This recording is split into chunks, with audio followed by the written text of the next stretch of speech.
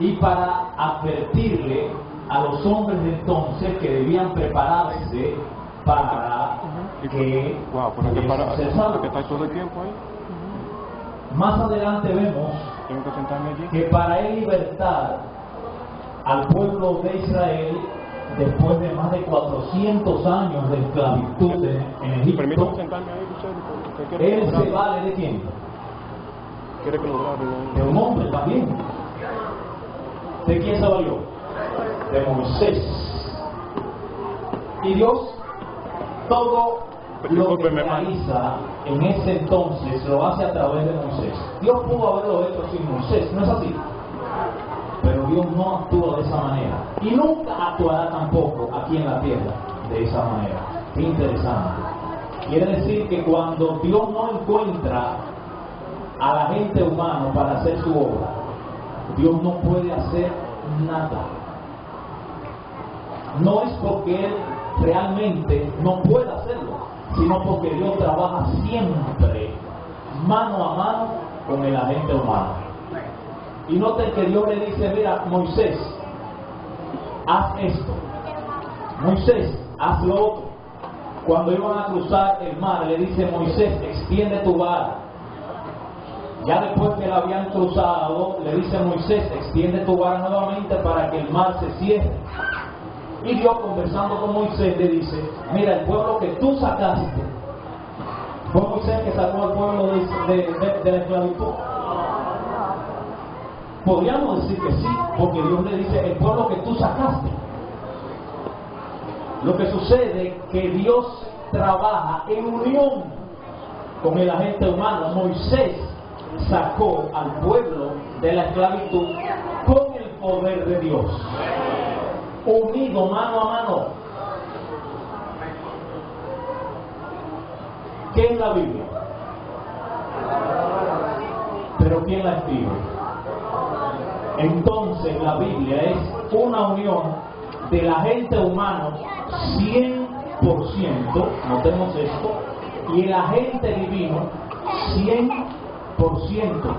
No hay una aporte, no hay un aporte de un 70 a un 80. Ahí hay una unión completa de un 100% del agente humano y un 100% del agente divino. Qué interesante. ¿Cómo trabaja Dios? Qué bello es Dios, qué inteligente, qué astuto, qué ser más interesante, qué importancia le da Él a sus criaturas. Pero no solamente en los escritos inspirados podemos ver que hay una unión de lo divino con lo humano. Cristo Jesús era 100% un hombre, seguro, pero era también 100% divino. Hay una unión perfecta como la hubo en la Biblia, como la hubo con los hombres que se pusieron a disposición de Dios. Señor, úsame. Por eso Dios, cuando alguien no se entrega de manera completa a Él, Dios no lo puede usar. Entendamos esa verdad. Hermanos, aquí veo muchas personas que hace muchos años que no veía. Qué alegría me da verlas. También me da alegría saber que están firmes en esta verdad. Pero más que eso, nosotros estamos llamados a, como le dijo Cristo a un hombre que había nacido en el Evangelio, y no solamente que había nacido en el Evangelio, sino que era un alto dirigente de su iglesia. ¿De quién hablo? Nicodemo. Gloria a Dios. Acercarlo un poquito más. Él le dice a Nicodemo que estaba conversando con Jesús. Nicodemo, este hombre amaba a Jesús, pero como los dirigentes de la iglesia de ese entonces no creían en Jesús, qué cosa más rara, Él entonces dijo, bueno, si yo voy de día, la gente me va a ver y va a decir, oye, ¿qué hace este alto dirigente hablando con este hombre que no se cree en él? Y él entonces va de noche. Y le empieza a hablar de una cosa y Jesús aparentemente le salta con otra. Y le dice, mira Nicodemo, si tú no naces de nuevo, y Nicodemo no era un hombre bruto, le dice, pero no fue relajando, fue de verdad que le dice, pero ¿cómo es que un hombre después de viejo va a entrar nuevamente al vientre de la madre? Y está confundido allí Nicodemo y podríamos decir en el lenguaje de nosotros de hoy en día, pasa una vergüenza. ¿Cómo es? Y le dice, mira, no, lo que yo te estoy diciendo no es eso. Es que tú debes nacer ¿de qué? De espíritu. Qué interesante. Hermanos, no importa que tú y yo hayamos nacido en la iglesia, que tengamos 30, 40 años de ser miembro de esta iglesia, si tú y yo no nacemos nuevamente, no vamos a ver el reino de los cielos. Y como el Señor nos ama, Él nos habla con claridad. Él no nos oculta la verdad, como dice el proverbio, más vale reprensión manifiesta que amor oculto.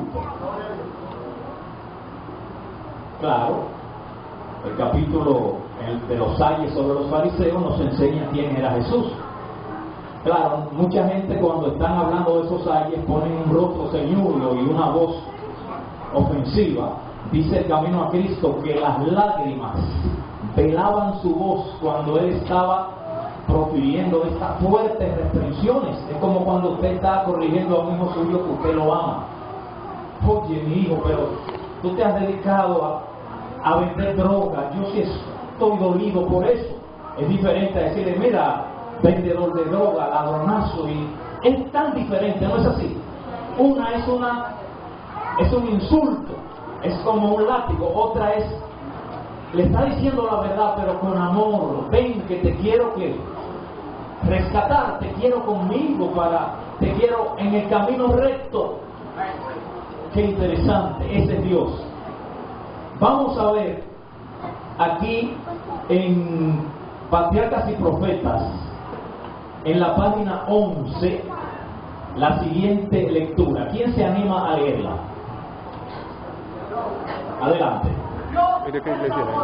¿De qué iglesia es? ¿De qué iglesia? Gloria a Dios. Yo pensaba que era de Samuel, de la familiar de... ¿Escucharon lo de este lado?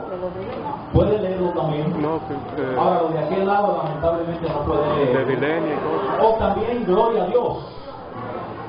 Bien. ¿Dios es qué? Amor. Wow. Su naturaleza, pero fíjense, ¿y qué más? ¿Qué equilibrio? Dios es amor. Oh, sí, tal vez familiar. Su naturaleza es amor, pero también es amor que su ley. ¿Desde cuándo han sido su naturaleza y su ley amor? Desde siempre. Y la eternidad en el pasado es sin inicio. Nuestras mentes no entienden esas cosas, pero el universo siempre ha existido, no ha tenido un principio, y Dios es más grande que el universo. Y en el futuro la eternidad también es infinita porque no termina. Así es el espacio también. Si usted cogiera en un transbordador en cualquier dirección, usted va a ver que nunca llega a un fin, y podría pasar la eternidad corriendo en cualquiera de las direcciones y nunca va a encontrar un fin. Va a encontrar un obstáculo detrás de ese otro, pero cuán grande es el universo, el más grande es Dios. Y ese Dios tan grande y tan poderoso que su rostro es más potente que el sol al mediodía, vino aquí a esta tierra y se convirtió en un ser humano. Qué interesante. porque el objetivo de él era salvarte a ti y a mí. Hermanos, Empieza a comer. Dios, Súbela al azúcar. como dijimos al inicio, desde el mismo inicio ha trabajado en coordinación con los seres humanos. Cuando Dios crea al hombre, ¿cómo lo hace? A su mano. Pero la característica principal dice que Dios hizo al hombre A su imagen. a su imagen y semejanza. Qué interesante. Dios se le llama al creador porque Dios ha vivido creando. Él siempre está creando. Así que hay infinitos mundos con seres vivos creados por Él. El único que lamentablemente cayó en pecado fue este planeta en el cual tú y yo habitamos. Un gran problema, pero hay una mayor y gran solución. El plan de la redención. Qué interesante. Este plan nos da la oportunidad de nosotros salvarnos mediante Jesús. Y nos da la oportunidad entonces de hacer una realidad el plan original que Dios tuvo al crear esta tierra y al crear al hombre. Entonces ese hombre que Dios crea lo hace a su imagen y semejanza. Noten, Dios hace la creación ¿en qué tiempo? En 6 días.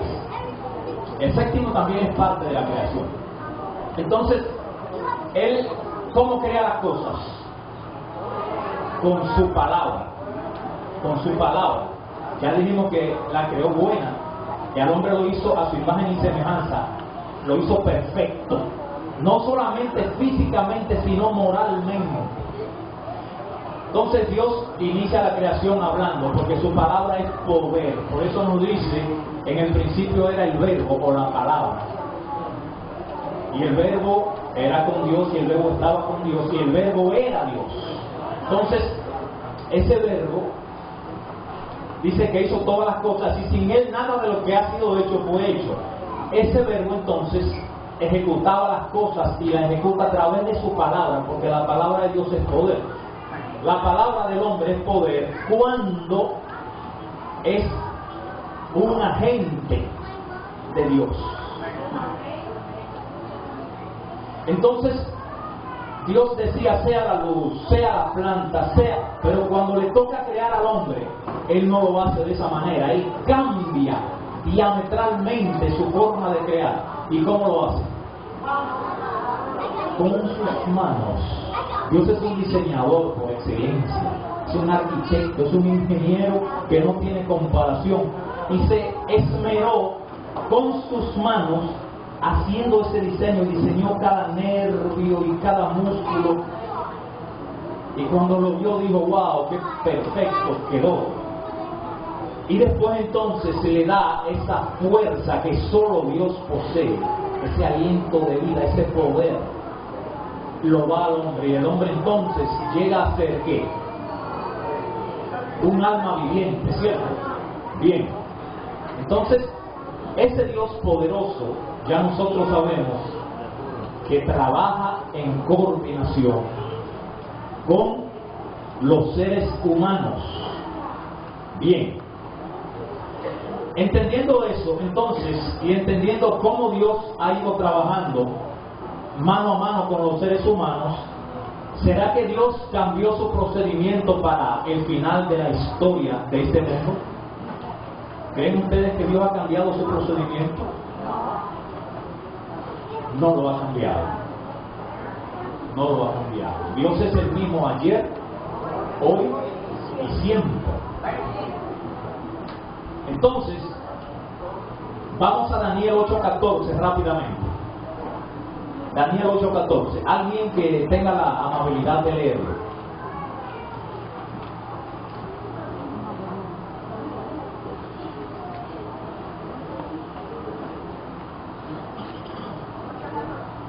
Ajá.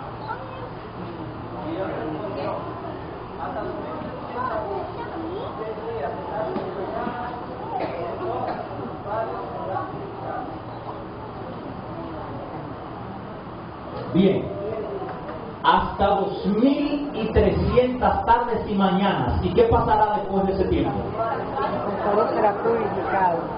Hermanos, cuando usted le pregunta a otra persona que conforma parte de otra denominación sobre ese texto, no hay nada que decir. Hay una confusión horrible.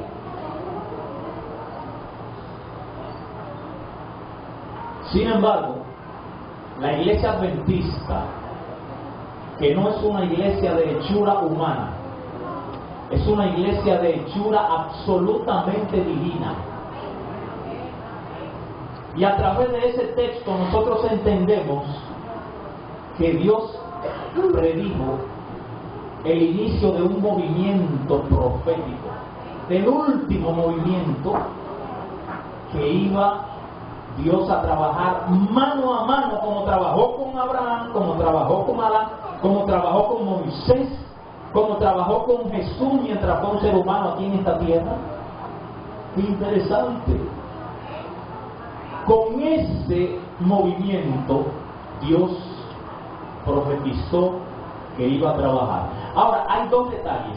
Allí está la profecía de que, calculando desde el año 457 antes de Cristo, cuando inicia la profecía de las 70 semanas, y también la de los 1300 días o años proféticos, o días proféticos, entonces todo apunta que para el año 1844, sé que ustedes conocen como buenos adventistas esa profecía, nosotros entonces tenemos con claridad que el movimiento que inicia en esa fecha, que no fue la iglesia bautista, ni la iglesia metodista, ni la iglesia anglicana, ni la iglesia católica, ninguna de esas iglesias, nace la iglesia que Dios en el Antiguo Testamento profetiza y en el Nuevo Testamento confirma.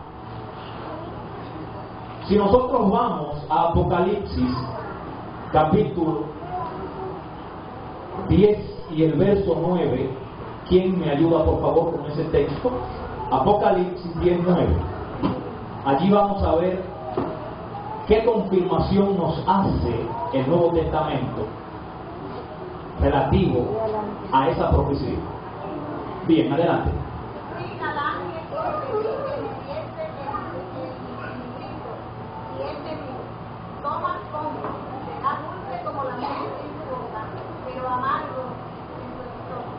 Gracias. Consulte con un miembro de cualquier otra denominación sobre ese texto y está en oscuridad absoluta. La única iglesia que puede dar una respuesta cabal, certera a ese texto es la iglesia adventista del séptimo día. Y allí hace referencia a un gran chasco que pasó la iglesia verdadera. Todos sabemos que está haciendo alusión al gran movimiento profético adventista, donde Guillermo Miller anuncia que la hora de su juicio ha llegado y hubo una mala comprensión humana y se entendía que el 22 de octubre del año 1844 Cristo venía a la tierra, pero no era ese, la fecha estaba correcta, pero no el evento. El evento era que Cristo, el cumplimiento del mensaje del primer ángel, temed a Dios y dadle gloria porque la hora de su juicio ha llegado. Entonces la hora del juicio investigador iniciaba no aquí en la tierra sino en el cielo y se proyectaba aquí en la tierra. Ese chasco que sufrieron los adventistas de entonces fue algo tremendo. Fue alegre, fue dulce en su boca porque fue algo realmente fascinante el saber que Cristo venía para esa fecha y se prepararon, pero entonces fue algo amargo porque hubo una horrible y terrible decepción. Pero todo esto anunció con claridad que ese movimiento que Daniel 8:14 predijo fue una realidad según Apocalipsis 10:9. Porque ese chasco confirmaba ese error confirmaba que ese movimiento que había cometido ese error era el movimiento que Dios había seleccionado para trabajar mano a mano con él. Ahora, ese movimiento inicia a dar el fuerte pregón del mensaje del primer ángel. De 1840 al 1844, la iglesia adventista, que no era todavía del séptimo día, porque no había entendido el mensaje del sábado, el mensaje del tercer ángel, es puro. E inicia entonces, ya a partir del año 1844, después de haber entendido dónde estuvo el error de cálculo, el error del evento, y entonces ya acepta el mensaje del tercer ángel, el mensaje por el cual Dios levanta este movimiento. Noten, mis hermanos, el mensaje por el cual Dios levanta este movimiento. Entonces, nosotros vamos a ir mirando una serie de citas, las cuales nos van a hacer entender por qué Dios levanta este movimiento. Noten, conflicto de los siglos 138, párrafo 2. La reforma no terminó, como muchos lo creen, al concluir la vida de Lutero. ¿Quién fue Lutero? Yo le llamaría un apóstol, el apóstol San Pablo moderno. Dice el conflicto de los siglos que quien habló en la dieta de Orón mediante Lutero fue Jesucristo mismo. Así lo dice la cita. Y fue un sacerdote católico que Dios a él le dijeron que sí, lo tomó porque se retrasara de lo que había viendo que no de hecho, no se iba a retrasar. Dice la pluma inspirada que, y tengo todas las citas aquí que se las puedo mostrar, pero las voy a decir y ustedes podrán comprobarla. Dejé el tema completo ahí en la computadora. Cualquier hermano que quiera copiarlo, nada más tiene que traer un USB y el hermano Marcos le va a copiar el mensaje. Así que todas estas citas que yo le estoy diciendo, aunque no se las muestre para ganar tiempo, usted puede comprobarla allí. Dice la sierva de Dios que, fíjense qué raras son las cosas de Dios a veces. Él selecciona un movimiento a la iglesia adventista, pero entonces en la iglesia adventista, hijos fieles de él, hay un chinchín. Qué cosa más extraña. Y nosotros tenemos que conocer esa realidad. Entonces, en las iglesias falsas, que no tienen la verdad, están la mayoría de los verdaderos hijos de Dios. Pero bueno, qué cosa más rara, y más molestosa y más dolorosa, pero es así. Bien, la reforma no terminó como muchos lo creen al concluir la vida de Lutero. Tiene aún que seguir ¿hasta cuándo? Hasta el fin del mundo. O sea, nosotros somos protestantes. Eso fue Lutero, un protestante que protestaba por las cosas malas que andaban dentro de la iglesia de su tiempo. Lutero tuvo una gran obra que hacer, la de dar a conocer a otros la luz que Dios hiciera brillar en su corazón. ¿Ha hecho Dios brillar luz en el corazón del pueblo adventista? Qué privilegio, pero qué grave responsabilidad. Qué privilegio, pero qué grave responsabilidad, hermano que me escucha y visita, que está presente. Pero él, Lutero, no recibió toda la luz que iba a ser dada al mundo desde aquel tiempo hasta hoy, y sin interrupción nuevas luces han brillado sobre las Escrituras y nuevas verdades han sido dadas a conocer. ¿Cuántos libros inspirados, aparte de las Sagradas Escrituras, existen hoy en día? hermano que me escucha, el caudal de luz que tiene esta iglesia es algo sin precedente en la historia de la humanidad. Y Satanás ha temblado por eso. Lutero fue un agente de Dios y está salvo. Sin embargo, no entendió la verdad del salvo. Guillermo Miller, otro agente de Dios, el cual está salvo. Hay 3 diapositivas que lo confirman. No entendió la verdad del sábado y murió sin guardar el sábado y está salvo. Él no entendió esa luz. Pero la iglesia adventista de hoy en día, no hay luz que Dios se haya reservado. Toda es un caudal de luz inmenso. Y tú y yo estamos llamados a presentar esa luz en la oscuridad que está cubriendo este mundo hoy por hoy. Aquí. Y en ¿Por el qué? cielo Siéntate ahí. está ocurriendo ahora mismo un juicio. Y los juicios aquí en la tierra tienen una apariencia de solemnidad, tienen una apariencia de seriedad. Pero sin Cristo es imposible que el hombre haga justicia. Tiene necesariamente, ineludiblemente, que tener a Cristo en su corazón para un mortal hacer justicia. Por eso vivimos en un mundo de injusticia. Entonces, ya sabemos el propósito de Dios. Satanás sabía el propósito de Dios porque es un fiel estudiante de las Escrituras para él conocer cuáles son los planes de Dios para él ¿qué? Contradecirlo, para él luchar contra, como dice Apocalipsis 12:17, otro de los textos que confirma que esta es la iglesia verdadera. Satanás sabe esos planes. Entonces dice la sierva de Dios que él ha hecho ¿qué? Un plan.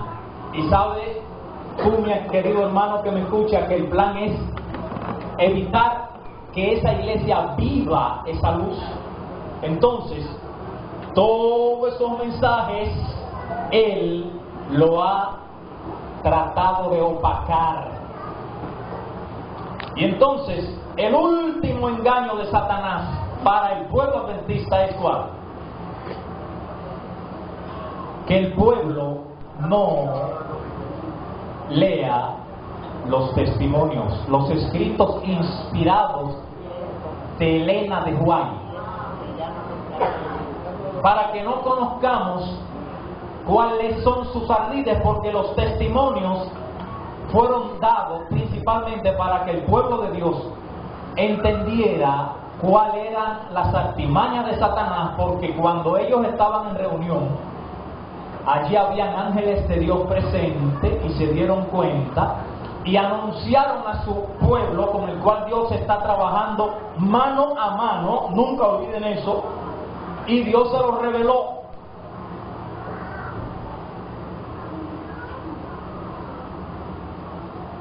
Hermanos,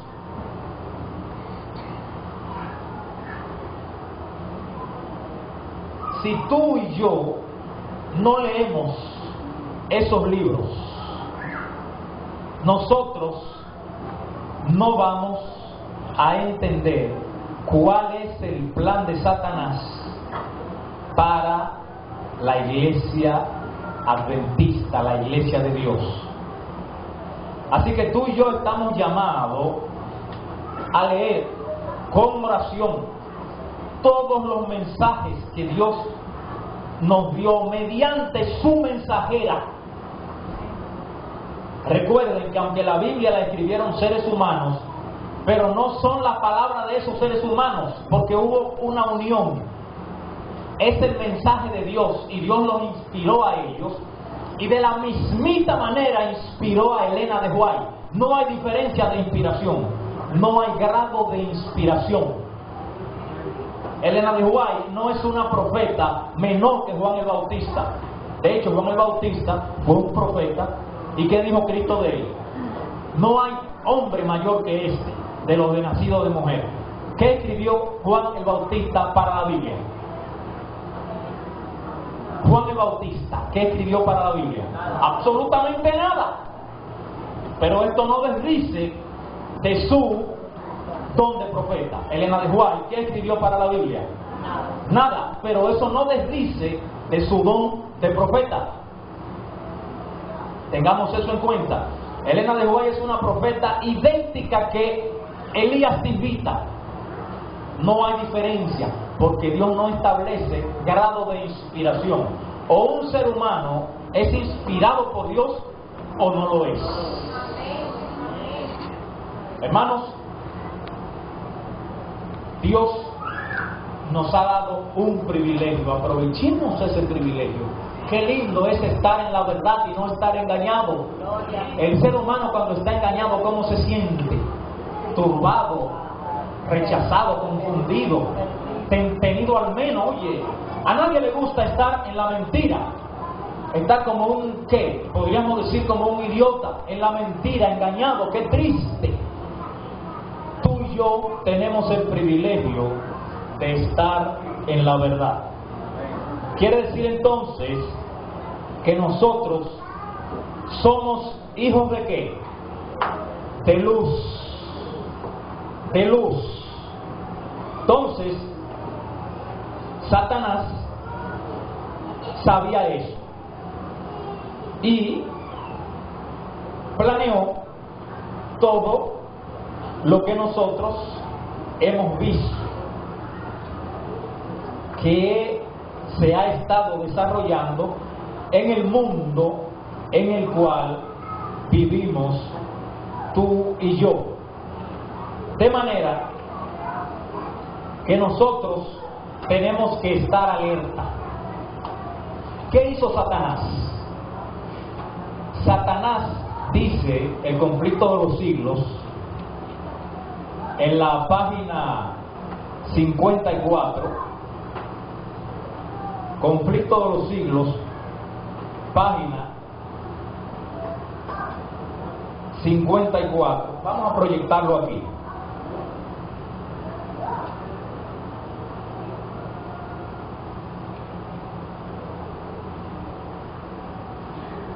Hemos ido acortando para ir terminando. Bien, aquí está. ¿Quién me lee esa cita, por favor? Alguien del auditorio que pueda leer con claridad. Lean. Si ya que hay un hermano que va. Esta violencia entre el paganismo y el cristianismo dio por resultado el desarrollo del hombre de pecado, predicho en la profecía, como oponiéndose a Dios y exaltándose a sí mismo sobre Dios.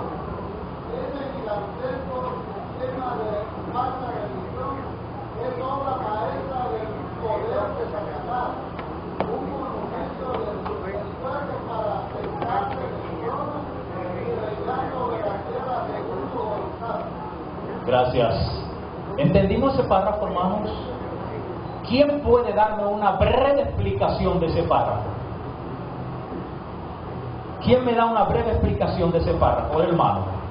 Hablando del Vaticano, ¿Correcto? el papado, Correcto. está hablando de aquel que se siente en el templo de Dios tanto que hace sentirse como Dios, es objeto de culto y blasfemia ante Dios, diciendo que es el antecesor de Cristo.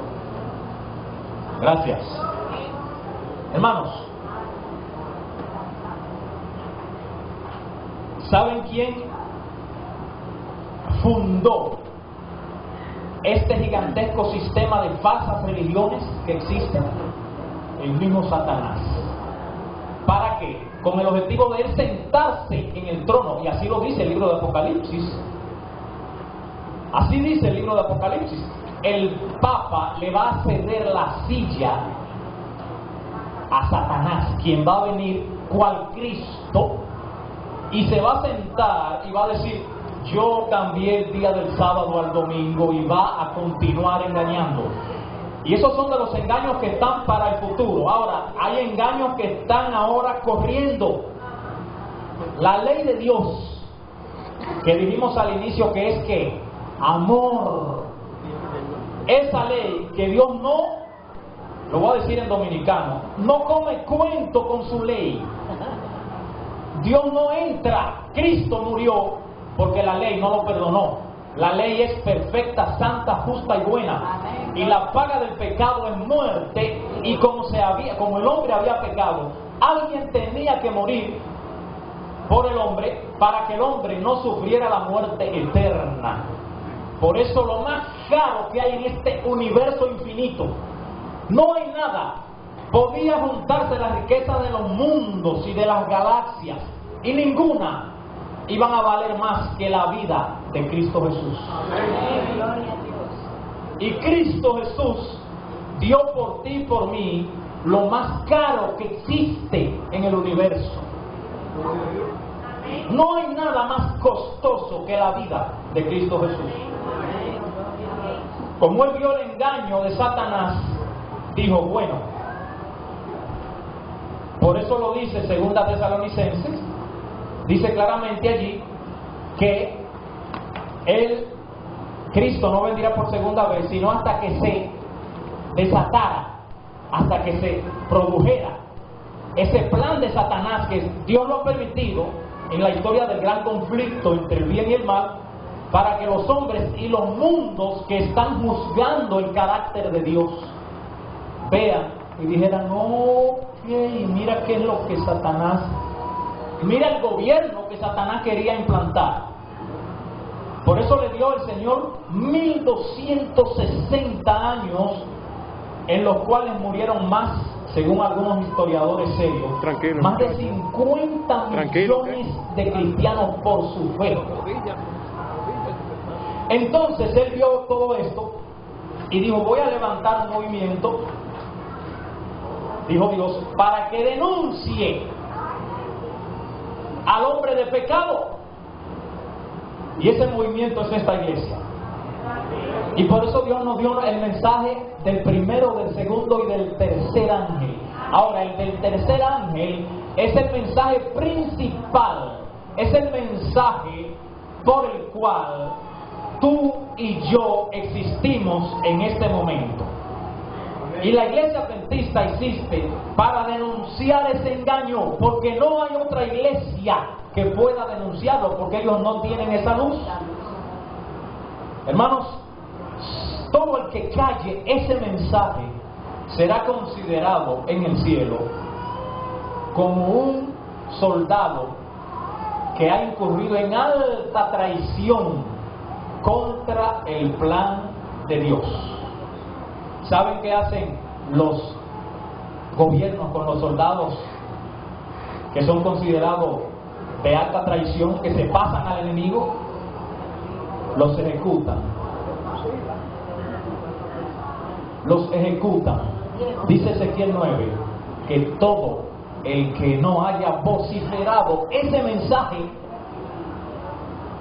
será ejecutado por una matanza que Dios mismo va a hacer. Porque Dios puede ejecutar su juicio de dos maneras: o manda un ángel de él, mira, ejecuta el juicio, como hizo el ángel de la muerte, el heridor antes de el pueblo de Israel salir de Egipto, que Faraón tenía de relajo y el pueblo egipcio al pueblo, a Moisés, siervo de Dios, Aarón, y a su pueblo. Y Dios le dijo a Moisés, mira, prepárate, que voy a mandar una plaga que Faraón lo va a dejar ir.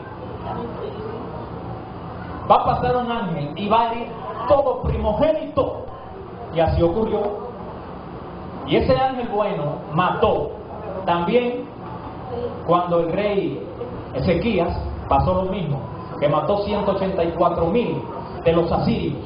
Ahora Dios también ejecuta su juicio, porque los ángeles malos están locos por hacer destrucción.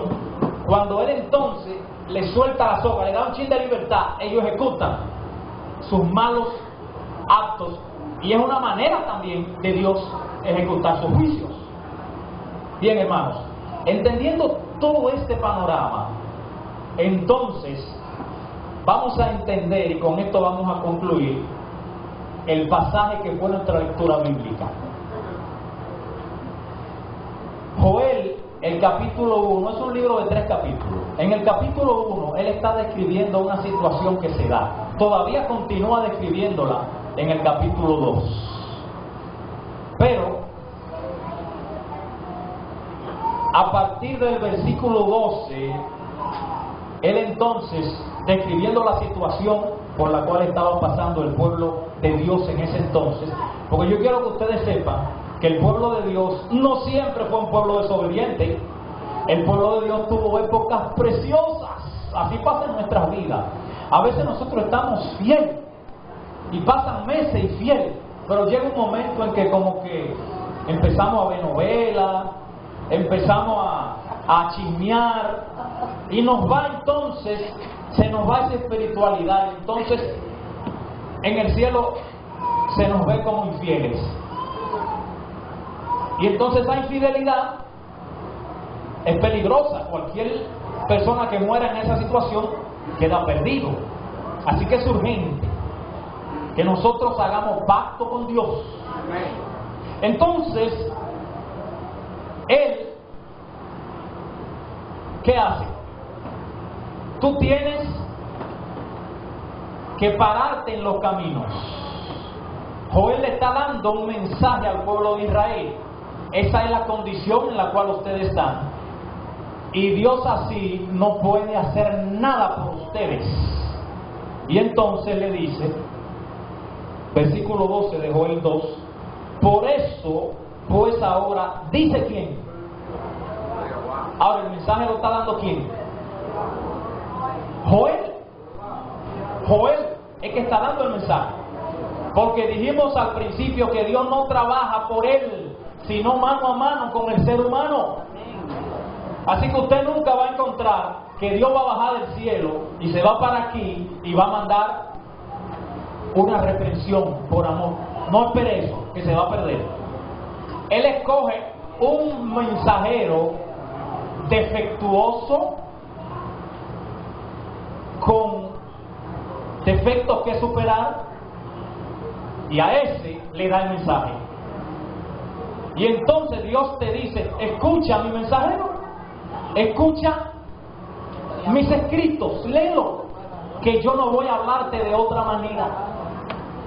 En una ocasión Elena de White le dijo a Dios, a su ángel, mira, dale tú el mensaje, que ellos no me hacen caso. Ella le dijo, y el ángel le dijo a Elena de White, no, dalo tú, porque si yo lo diera tampoco me van a hacer caso. Es mejor que lo des tú, que eres un ser humano igual que ellos. Hermanos, por eso pues ahora dice quién, Jehová, convertíos a mí. Es a los filisteos que él le está dando ese mensaje. ¿A quién le está dando ese mensaje? Él le está dando ese mensaje al pueblo de Dios de ese entonces. También nos llega hasta nosotros. Cuando Pedro le dice al pueblo de Dios, arrepentíos y convertíos para que sean borrados de vuestros pecados, ¿a quién le está dando el mensaje? Al pueblo judío, al pueblo que había profesado ser el pueblo de Dios.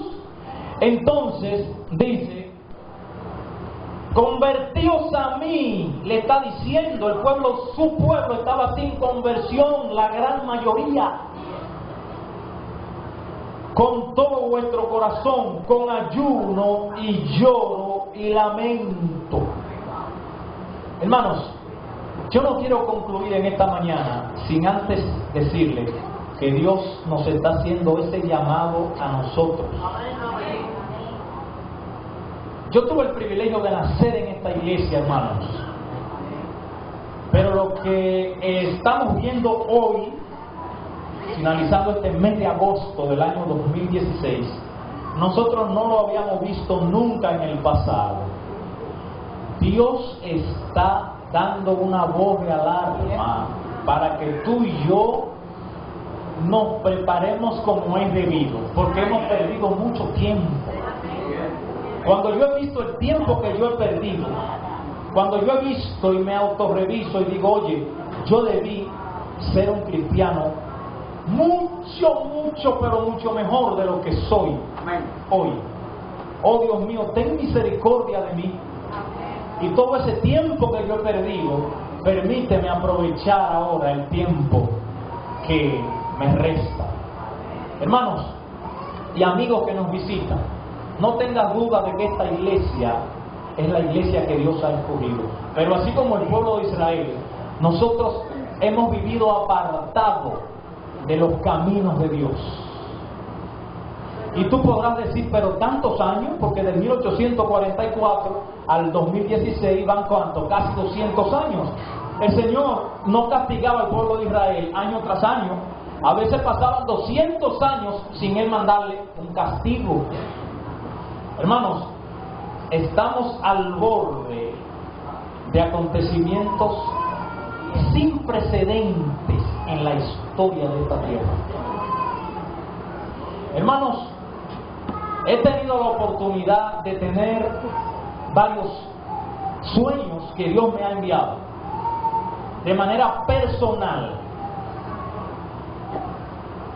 y coordinan exactamente con los escritos que Dios nos ha dejado.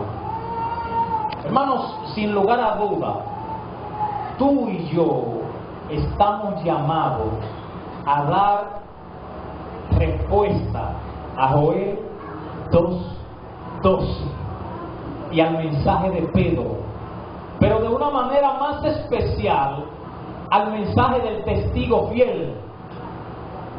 ¿Cuál es el mensaje? ¿Quién es el testigo fiel? Cristo Jesús. ¿Y qué mensaje nos da Él a nosotros como adventistas del séptimo día? ¿Cómo se titula? El mensaje de Apocalipsis 3:14. ¿Cómo se le llama? El mensaje a la Odisea. Tengo las citas ahí. El mensaje a la Odisea. ¿Y qué dice el mensaje a la Odisea? ¿Qué dice ese mensaje? Ese mensaje dice: yo te amonesto en vista de que tú eres, y allí describe una condición que no es agradable. La condición que describe es desventurado, miserable, pobre, ciego y desnudo. Y el mensaje está dirigido al ángel. ¿Saben a quién representa el ángel o las estrellas? A los altos dirigentes de nuestra iglesia, que son los primeros que han estado andando en apostasía. Recordemos que él termina diciendo: al que yo amo, ¿qué yo hago con él? Lo castigo. Ahora, ese castigo es por amor. No perdamos de vista el amor de Dios. Noten, Testimonio para la Iglesia, tomo 1, página 527. En la última visión que se me dio, dice la sierva de Dios, se me mostró el hecho alarmante. Esa cita no quise terminar sin mostrárselas. Es una alarma. Ella se alarmó y dijo: no, pero Señor, te habrás equivocado. No. De que tan solo una pequeña porción de los que ahora profesan la verdad. ¿Quiénes son los que profesamos la verdad? Los adventistas del séptimo día.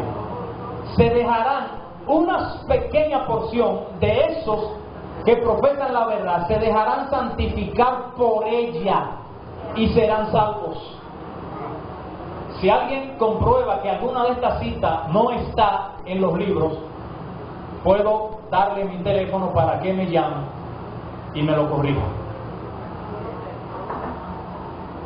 Es una solemne declaración la que hago a la iglesia de Dios, de que ni uno de cada 20 de aquellos cuyos nombres están registrados en los libros de la iglesia se haya preparado para terminar su historia terrenal, y que estaría tan ciertamente sin Dios y sin esperanza en el mundo como el pecado común. Evento de los últimos días, página 147. Ya no voy a mostrar más citas, ya esta es la última. Pero hermanos, recordemos esto: una pequeña porción.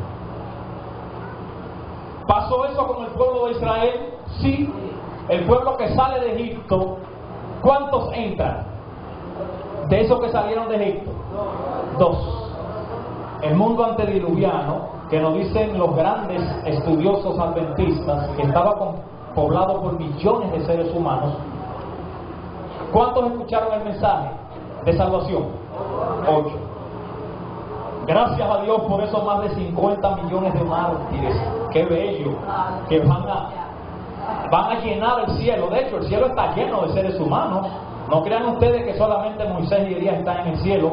Dice el deseado de todas las gentes que cuando Cristo resucitó, resucitaron con él una gran cantidad de santos que habían sido mártires, dice la sierva de Dios. Y cuando él ascendió al cielo, que fue una entronización la más hermosa de toda la historia del universo, dice Salmos 22, 23 y 24, que los 3 son salmos que aluden a Jesús, son salmos mesiánicos. El libro de Salmos es una Biblia, el Pentateuco es una Biblia. Dice ese salmo que cuando él iba ascendiendo, los ángeles llevaban un gozo que decían: abrid, alzaos vosotras puertas eternas y entrará el Rey de la Gloria.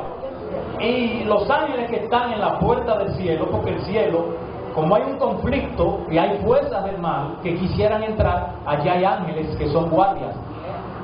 Y ellos preguntaban, no porque no supieran ¿y quién es este Rey de Gloria? Lo preguntaban porque querían escuchar la respuesta de sublime loor: Jehová de los ejércitos, Él es el Rey de la Gloria. Pero ¿saben quiénes iban delante de Jesús? Abel, que fue mártir; Juan el Bautista, que fue mártir; todos esos niños que mató Herodes en ocasión de su nacimiento fueron mártires, y él los resucitó todos. Todos esos mártires, los ángeles iban con esos niñitos, y todos esos mártires, Isaías, que fue aserrado con un serrucho. Y cuando Jesús está entrando al cielo, todos quieren, porque habían representantes de todos los mundos para celebrar la victoria de Jesús. Iban a adorarle, y Jesús lo para con un ademán: todavía no. Y él entra a la presencia del Padre, y el Padre entonces le dice: tu sacrificio es más que suficiente. Entonces el Padre ordena: adórenlo. Y Jesús le dice al Padre: si tú entonces me aceptas a mí, acepta a estos.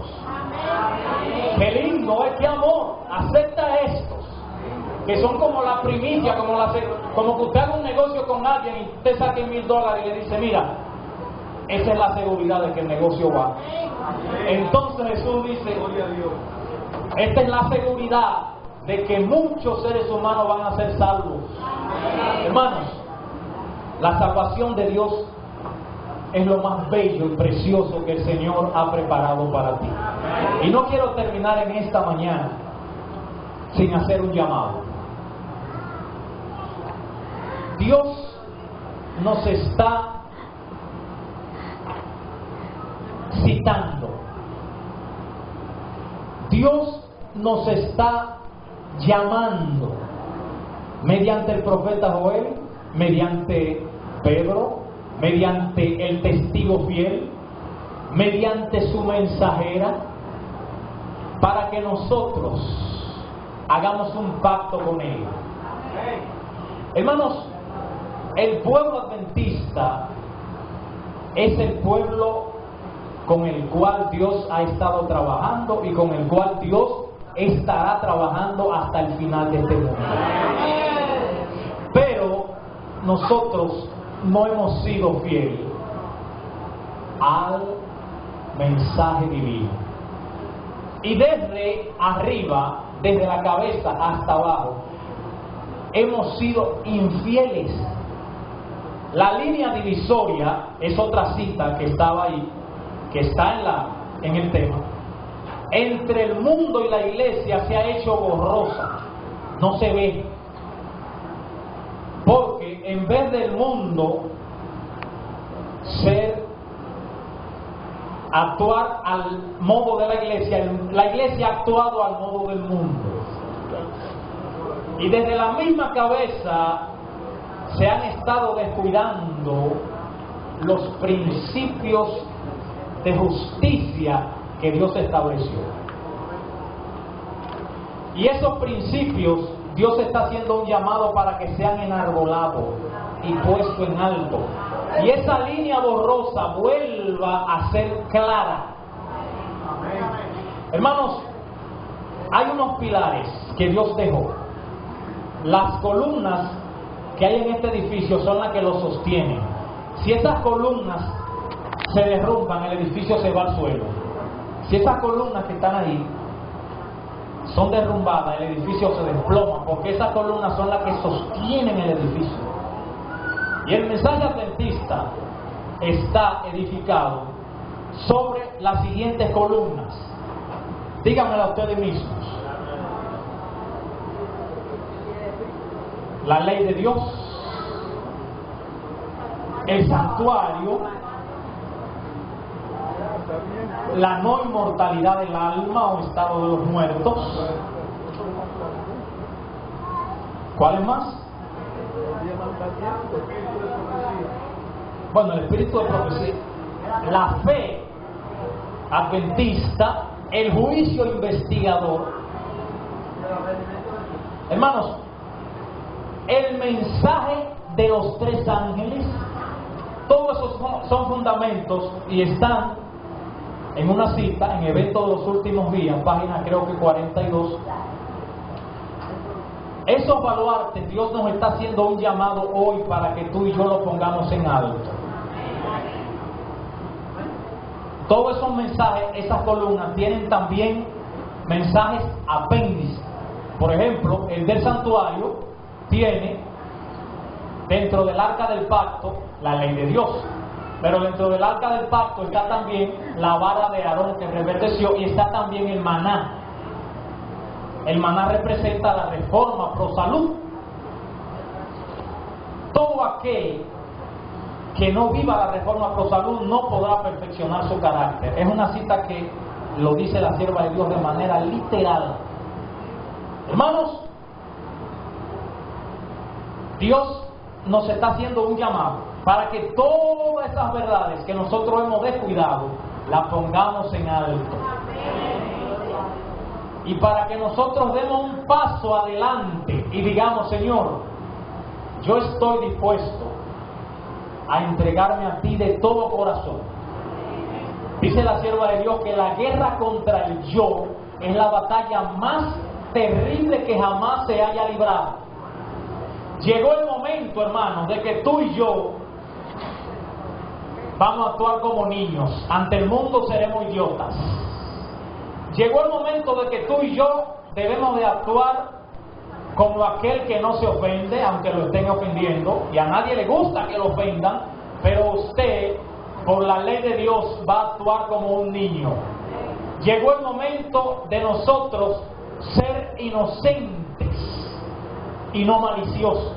Llegó el momento de nosotros predicarle a los que nos quedan al lado y al barrio que nos rodea, con nuestro ejemplo y con la palabra de Dios.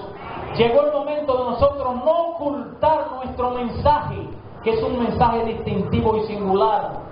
Llegó el momento de nosotros hacer un reavivamiento y una reforma de acuerdo al plan de Dios.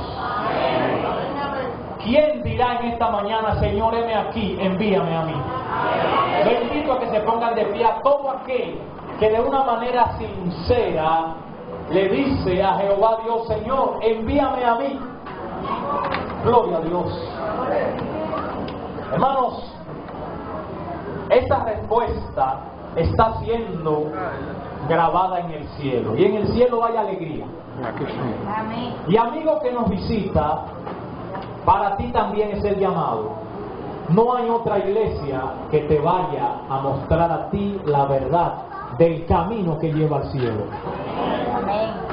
Si Qué buena tú por voz. alguna razón no has dado el paso de entregarte a Dios mediante el acto del bautismo, esta es tu oportunidad. Nosotros, hermanos, sabemos de hoy pero no de mañana. ¿Cuántos han estado viviendo un día sin esperar la muerte y la muerte le llega en el transcurso del día? Uno nunca sabe. Pero Dios nos está haciendo el llamado, no para que nosotros nos asustemos, sino para que nosotros le amemos, porque Él nos amó primero. Y yo quiero tener una oración en esta mañana para terminar este culto de estudio de la palabra de Dios. Vamos a postrarnos para terminar.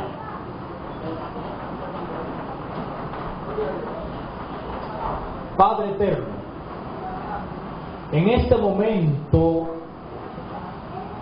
te entregamos de una manera especial a tu iglesia, dirigida por tu Hijo, el pastor de esta iglesia, Señor, para que en este momento, ese voto que ellos han hecho, de decir al llamamiento tuyo mediante el profeta Joel, mediante Pedro, mediante el testigo fiel, de que debemos, Señor, entregar nuestra vida por completo a ti, y que esos mensajes y esas preciosas verdades que tú nos has dado, las cuales hemos descuidado por años, para que sean una realidad en nuestras vidas, Señor, pongo a este pueblo, Señor, de una manera especial en tus manos, para que esa entrega no sea estorbada por la duda, sino que la fe sea el móvil de todas nuestras acciones desde ahora en adelante. Amén. Permite, Señor, que un espíritu de humildad prevalezca en cada hermano y visita que se ha comprometido a entregarse a ti por completo en esta mañana. Oh Señor, que de una manera ejemplar esos mensajes y esas verdades puedan ser vividas en cada uno de nosotros. Amén. Y que estudiemos de una manera profunda y con oración estos mensajes para saber con claridad qué es lo que tú demandas de nosotros. Gracias, Señor, por escucharnos, y que el poder de tu Santo Espíritu sea una realidad en nuestras vidas de ahora en adelante, que esos errores y esas faltas, Señor, puedan ser superadas por cosas buenas, y que digamos: tuyo soy, Jesús, pues oí tu voz, y que esa voz, Señor, resuene en el trabajo donde vamos a trabajar, en la casa donde vivimos, en la iglesia donde nos congregamos, en el barrio y en todo lugar donde vamos, y que pueda decirse: tú has cambiado, tu vida es otra, sabiendo, Señor, que el momento no es para otra cosa.